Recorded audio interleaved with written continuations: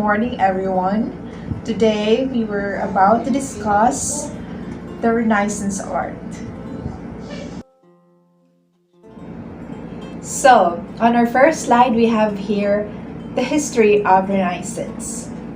Derived from the French word Renaissance and Italian word Rinascita, both meaning rebirth. The Renaissance was a period when scholars and artists began to investigate what they believed to be a revival of classical learning, literature, and art. Some of the greatest thinkers, authors, statesmen, scientists, and artists in human history thrived during this era. While global exploration opened up new lands and cultures to European commerce. The Renaissance is credited with bridging the gap between the Middle Ages and modern-day civilization. The style of painting, sculpture, and decorative arts identified when the Renaissance emerged in Italy in the late 14th century. It reached its zenith in the late 15th and early 16th centuries. In the work of Italian masters such as Leonardo da Vinci, Michelangelo, and Raphael.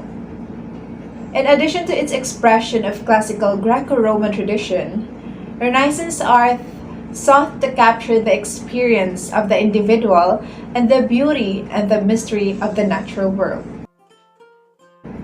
So we have here the origins of Renaissance art. The origins of Renaissance art can be traced to Italy in the late 13th century and early 14th century. During the so-called Proto-Renaissance period, Italian scholars and artists saw themselves as reawakening to the ideals and achievements of classical Roman culture. Writers such as Petrarch and Giovanni Boccaccio looked back to ancient Greece and Rome and sought to revive the languages, values, and intellectual traditions of those cultures after the long period of stagnation that had followed the fall of the Roman Empire in the 16th century. During the 14th century, a cultural movement called Humanism began to gain momentum in Italy. First of all, humanism is a life stance wherein people have the right to shape their own lives, the freedom to seek new discoveries and adventures. And anin na time, guys, among humans' many principles is ilang gi-promote na idea that man was the center of his own universe. And people should embrace human achievements in education, classical arts, literature, and science. So, mostly, ang mga tao din in na era is making innovation. They love change and innovating it. Some of the greatest thinkers, authors, statesmen, scientists, and artists in human history thrived during this era. So, bisag asa na aspect. Mao bitaw nga gitawag ning Renaissance na mao siya'y bridging gap sa Middle Ages and sa modern day civilization. Next, the Renaissance started in Florence, Italy. So in Florence, Italy, it is a place with a rich cultural history where wealthy citizens could afford to support budding artists. When we say budding artists, they are the people nga nag-start na sila succeed sa ilang career in terms of arts or naasalay dako na interest sa arts. Among the wealthy family is the Medici family. Kanina family kay sila nag-rule and nag-dominate sa Florence for more than 60 years. They lasted that long, so that means grabe sila ka-powerful. And they also support budding artists. Actually, sila may famous na backers ani na time. By the end of the 15th century, Rome had displaced Florence as the principal center of Renaissance art. So according to my research, maong ang Rome na ang gitawag na principal center of Renaissance art. It is because na ay clash na nahitabo between an Italian preacher and sa government, specifically the Medici family. It was a long story. Let's not be detailed kayo, let's not dig in, but ang outcome adto is ang Medici family were overthrown, they were put into exile. So Rome were entitled the major patron of arts, which is siya ang capital city of Italy. The movement first expanded to other Italian city-states such as Venice, Milan, Bologna, Ferrara, and Rome. Then during the 15th century, Renaissance ideas spread from Italy to France and then throughout Western and Northern Europe. So nagkatay-katay na siya.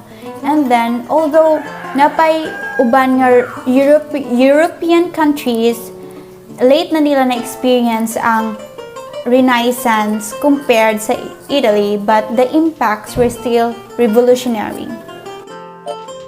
So now let us proceed to the main characteristics of Renaissance art. So Renaissance art portrays the enthusiasm of classical Greek and Roman idea of creativity and openness for new ways of human thinking. So there are 7 major characteristics of Renaissance art. First characteristic: the Renaissance was a resurrection of human ideals. We all know that Renaissance means rebirth, following the Dark and Middle Ages and their associated turmoil and stagnation. Not to mention the Black Death, Europe experienced a rebirth of sort with a rediscovery of math, philosophy, astrology, astronomy, science, and literature and art, witnessed a great revival within the 200 years. So a renewed passion for learning and for human achievement led to the influence of all these new studies in the formation of greater art. So Byzantine and medieval paintings depicted individuals as firm and non-emotional. However, in Renaissance art, it started to depict individual characters with a genuine demeanors and compose their actual physical appearances. So Renaissance brought about several changes, and these are changes that are still influencing the modern world, even up until presently.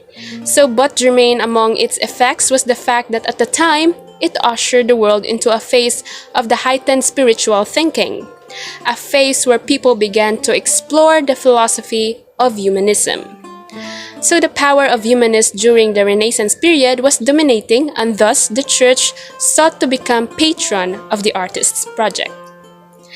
For example, you can see in the picture provided, it is the medieval painting of Jesus. So his appearance and face are dull and inert.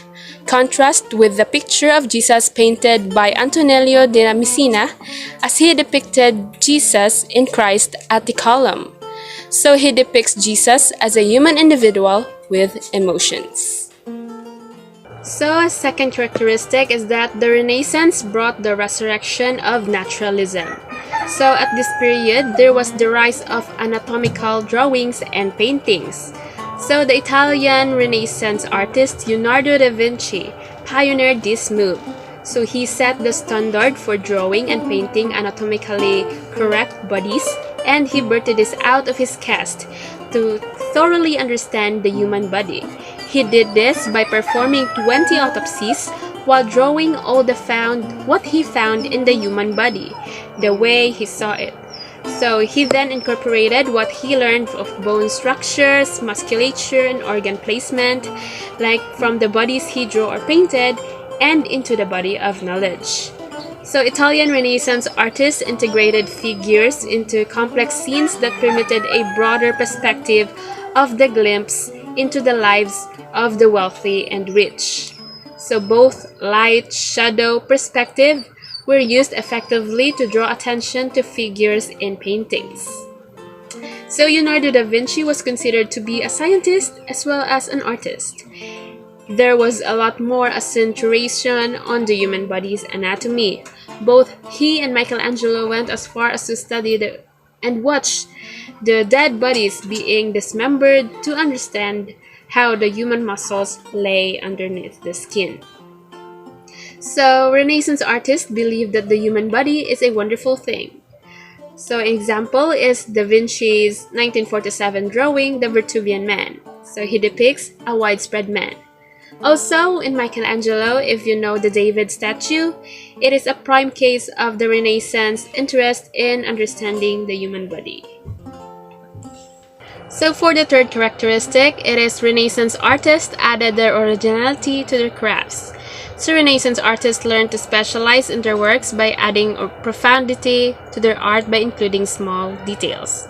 So they would make a disappearing point or out of the side image with astonishing subtlety. So it is when the discovery and mastery of linear art birthed. So the revival in math and proportions led to the innovations of two major systems. First is the use of linear perspective, and second is the vanishing point. So this is considered to be one of the revolutionary characteristic of Renaissance art. So for example, this was done by Da Vinci. It is the Last Supper, as you can see in the picture. So the straight viewpoint can be found from the roof of the three windows, disappearing behind the head of Christ, as you can see. So this profundity point of view helped create unique original works of art and delineated from the level scenes of Byzantine symbols.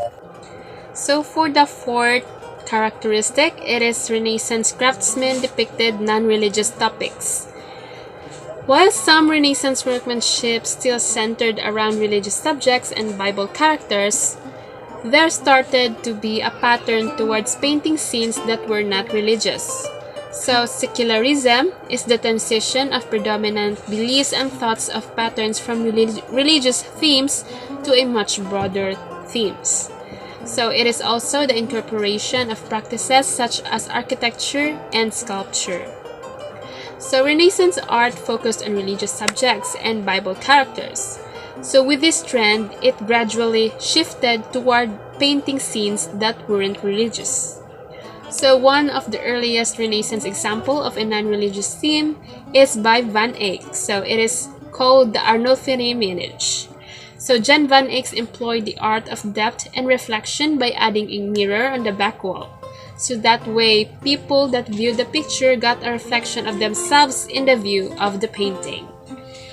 So, next. For the fifth characteristic, it is Renaissance art was exclusive. So in medieval occasions, the church was the primary wellspring of financing for various craftsmanship.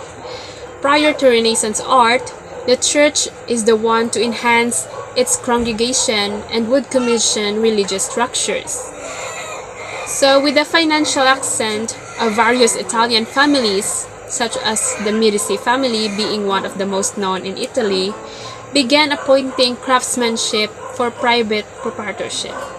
A trademark that one often practiced by a painter oftentimes meant including individuals from the benefactor's family directly into a biblical scene of the painting commissioned. For example, an extraordinary case of this in Veronese Supper at Imus. So Veronese painted Jesus situated at the table and incorporated him with his supporters. So the supporters being the family members, and he even included the family pet. So next characteristic is that Renaissance painting ventured into Greek and Roman culture. So how did Greek and Roman art influence the Renaissance? Renaissance art was heavily influenced by classical art. So artists turned to Greek and Roman sculpture, painting, and decorative arts for inspiration, and also because their techniques merged with Renaissance humanist philosophy. So the Greek and Roman cultures were evident in figure paintings. In classical Greek and Roman times, the significant public areas were loaded up with statues and sculptures. So during the Renaissance, there was an expanded enthusiasm for prehistoric studies to rediscover classical and Greek-Roman culture. So example is the painting of the Birth of Venus. The seventh characteristic and the last but not the least is the Renaissance artists became specialists at their crafts. So numerous Renaissance artists specialized in a specific skill set, which further progressed their notoriety and grew their names during that time. So they appreciated their unique opportunity and used their skills to their advantage to further grow in popularity. So the two most well-known Renaissance artists was Michelangelo and Leonardo da Vinci. So these two men knew one another, and there was even a feeling of rivalry, desire among them. So you can see in the picture the portrait of Michelangelo and Leonardo da Vinci. So that's the 7th characteristic of Renaissance art. Hi everyone, and now let us proceed to the sample arts of Renaissance. So we have here 6 sample arts. So first art is very familiar to us. It is Mona Lisa, also called Portrait of Lisa Gherardini by Leonardo da Vinci. So it is one of the most famous and recognized painting in the history. And arguably, it is most discussed painting because of its enigmatic smile. So it means that her smile is very difficult to interpret. So there have been many discussion about Mona Lisa's smile, whether she is smiling or not, because as you can see on the portrait, dili gud nimo ma-interpret gud dayon kung nag-smile ba si Mona Lisa or wala because of her eyes. And also, the major feature of this painting is that Da Vinci painted her eyes in such way that when you change the angle of the view, her eyes will always follow you. So bisag asa ka mo tan-aw ni Mona Lisa, ay murag gid siya gatan-aw nimo. So, the painting is done in oil on wood and is presently under the ownership of the government in France. Mona Lisa is exhibited in Louvre, Paris, and it belongs to the public, which means it cannot be bought or sold. Second art is Primavera. The word means spring in Italian. Primavera is a painting of Sandro Botticelli, whose original name was Alessandro Di Mariano Filipppi. The painting is also known as Allegory of Spring. It is believed that Botticelli created this piece of art around 1482 and said to be one of the prime example of Renaissance art. The same as Mona Lisa's portrait, many have attempted to interpret this painting, and many have come up with explanation. Some say it is a mythical allegory, and some say it is about the change of season into spring. This painting is popular because of the use of color and the different explanation attached to it. Primavera is believed to be one of the most controversial painting in the world. And now, let us proceed to the third art, which is The Last Supper. It is considered to be the best work of Leonardo da Vinci in 1498. The Last Supper is an important painting in Renaissance period. The painting represents the scene of the Last Supper of Jesus with the 12 apostles, as it is told in the Gospel of John, especially the moment after Jesus announces that one of his apostles will betray him. The painting is noted for its clever use of color, light, and anatomy. The painting is also a subject of many discussion and conjectures. Many have proposed that the disciple sitting on the right of Jesus is Mary Magdalene, and many have also wondered the significance or meaning of the V shape between Jesus and the person on the right. Despite all the conjectures, The Last Supper is one of the masterpieces by Leonardo da Vinci, and one of the famous painting in Renaissance period.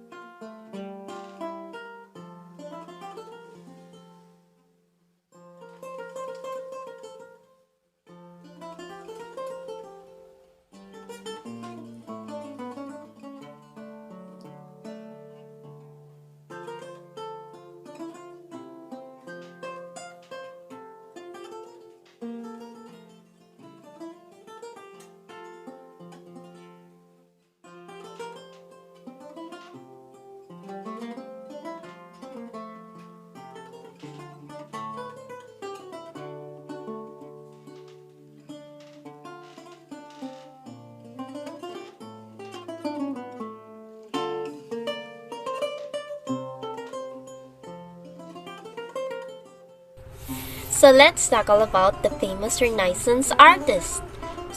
First is Leonardo da Vinci. Leonardo da Vinci, born on April 15, 1452, died on May 2, 1519 at the age of 67. So Leonardo da Vinci is probably the best known Renaissance artist, famous for his masterworks The Mona Lisa and The Last Supper.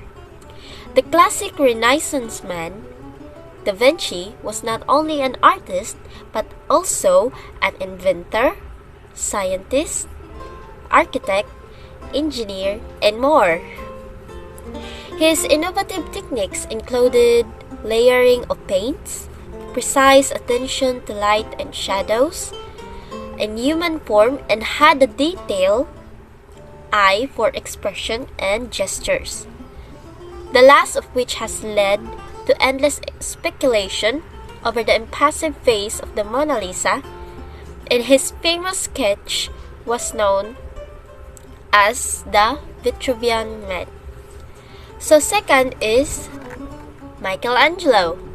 Michelangelo, born on March 6, 1475, died on February 18, 1564, at the age of 88. One of the Da Vinci's contemporaries and perhaps his challenger for the title of the greatest Renaissance artist was Michelangelo di Ludovico Buonarrota Simone, born 13 years after the Da Vinci. Michelangelo followed in his footsteps as a Renaissance man. He was an accomplished artist, poet, architect, and engineer. Michelangelo's best-known work is probably the sculpture of David, which was completed in the opening years of the 16th century. The nearly 15-foot David depicts the biblical figure of David in white marble from the quarry of Misiglia. Other famous works by Michelangelo include the statue of Pieta and the ceiling of the Sistine Chapel in the Vatican. Third is Raphael. Raphael, born on spring 1483 and died on April 16, 1520 at the age of 37. Alongside Da Vinci and Michelangelo, Raffaello Sancho da Urbino, more commonly known as simply Raphael, is known as the third of the great master artists of Renaissance Italy. He was born in 1483, and his works were extremely influential even during his lifetime. While Raphael only lived to the age of 37, he nevertheless produced a huge number of works, including paintings, frescoes, prints, and more. One of his most famous works is the School of Athens. It is a classical example of Renaissance art and culture in general, as the culture of the period frequently referenced Roman and Greek antiquity. Next is Donatello. Donatello, born on 1386, died on December 13, 1466, approximately at the age of 80. Born on Florence, Donato di Niccolò di Vitobardi, or Donatello, hailed from the period known as the early Renaissance and preceded the others mentioned here. Donatello worked mainly as a sculptor, and the realism he was able to create marked as a stark break from the style, unlike statuary common in the Middle Ages. One of his most famous works depicts is Saint Mark, and was completed in 1413 for a church in Florence, where it can still be viewed today. According to legend, Donatello modified the proportions of the statue, making the head and shoulders larger to compensate for its final elevated position. When the statue was first revealed at the ground level, okay, Donatello's employers protested and the sculptor agreed to adjust. Then, the legend goes, he waited 15 days without making any modification, during which time the statue was raised to its final position. His employers were satisfied and the proportions look right, and that's and that's the proportion of the statue right now, as what you have seen in the picture. Alessandro di Mariano di Vanni Filippi, 1445 to 1510. So that was the full name of Sandro Botticelli. So si Botticelli was perhaps the greatest humanist painter of the early Renaissance. Botticelli aimed to capture beauty and virtue through his works. So kani siya, he is an Italian painter and as said, the greatest humanist painter. Iyang art man god is known siya for its brilliance and decorative quality that is not found in any painting sa mga artists in the time of Renaissance. So throughout his long career, daghan na siyang na-paint, but at the heart of his work is he always strove towards beauty and virtue, the qualities represented by the goddess Venus. And ma-prove dyan na niya through kanang most of his famous paintings manggod kay ang subject is kaning goddess na si Venus. What's the saddest thing here is sikat kaayo siya while he's alive, but pagkamatay niya naguba iyang reputation. So daghan kayong mga kanang heresies bitaw, mga chismis. It was debated by it was debated by scholars, some believing evidence kuno iyang mga paintings and decorations inside the chapel nga follower kuno siya ni Savonarola. So kani si Savonarola, isa ni siya ka-Italian preacher who's done many bad things during his time. Some also suggest nga wa na kuno siya trabaho towards the end of his life. I don't know why big deal sa ila ana and napagyod. Vasari writes that Botticelli was feckless, irresponsible kuno siya, and iya lang gi-squander or iya lang gi-usik-usikan iyang money that he had made earlier in his career. So whatever the reason is, he seems to have died a poor man. It was so bad not until pagka 19th century, nibalik na siya og kasikat, and ang iyang mga works sad is ni reappraise and mas ni high ang iyang value ba, so mas ni mahal jud. Next is Giotto di Bondone, year 1267 to 1337. So Giotto was the most important Italian painter of the 14th century, a period which falls under the early Renaissance. Some art historians believe that no one has ever painted better than Giotto, so only a handful have equaled him. So, ngano kana? It is because nag-introduce og bagong style si Giotto. Ang mga artworks magud sa una, it seems unrealistic, while he places great importance of realness. What I mean is, siya maoy first nga nakamaster o capture sa gestures, ang kanang nature sa tawag yun. Kanang when it comes to gestures, then sa faces nila, kung unsay expression, like sorrows ba or joys sa human. Makita nimo sa iyang paintings nga if he portrays nga sad ang subject, you can see nga mao jud ang natural nga face sa tao if sad siya, and so on with different expressions. So you can see nga realistic yun siya unlike sa uban yung mga painters. And also ang mga tao dito sa anang panahona dili sila makabasa og Bible. I don't know what's the reason, but through Giotto nga maoy nagpaint about kanang life ni Jesus Christ and his parents sa Scrovegni Chapel Correct me if I'm wrong with the pronunciation. So, but also, maminaw sad sila sa preach sa pare. And third is Hieronymus Bosch, year 1450 to 1516.